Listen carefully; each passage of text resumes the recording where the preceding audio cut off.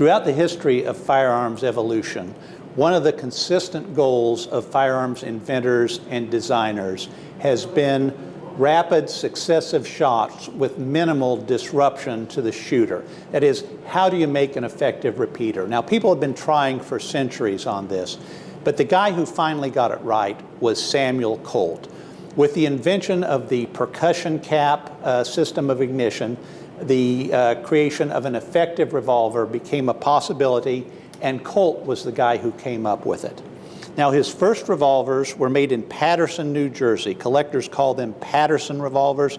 This is the baby model. They were made in 3 different sizes. This is a tiny little gun.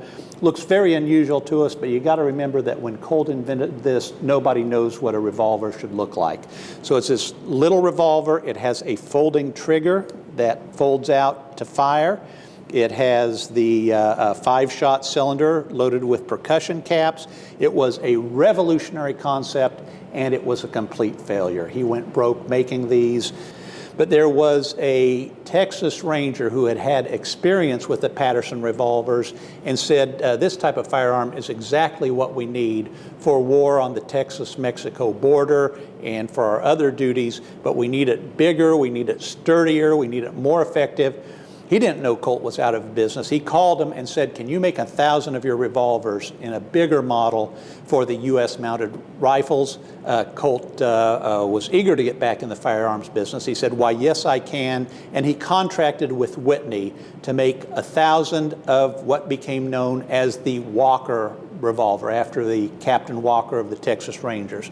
Now, this was a big gun. This was a 6-shot percussion revolver. And until the introduction of the .357 Magnum, it was the most powerful production repeating handgun. Only 1,000 of these and 100 were made for the military, 100 or so civilian models. But among the survivors, a cracked or shattered cylinder is not uncommon. The cylinders were just too long, too powerful for the metallurgy. He reduced the length of the cylinder, reintroduced it as the Dragoon model, and the famous Colt firearms manufacturing firm was off the ground and running, never looked back.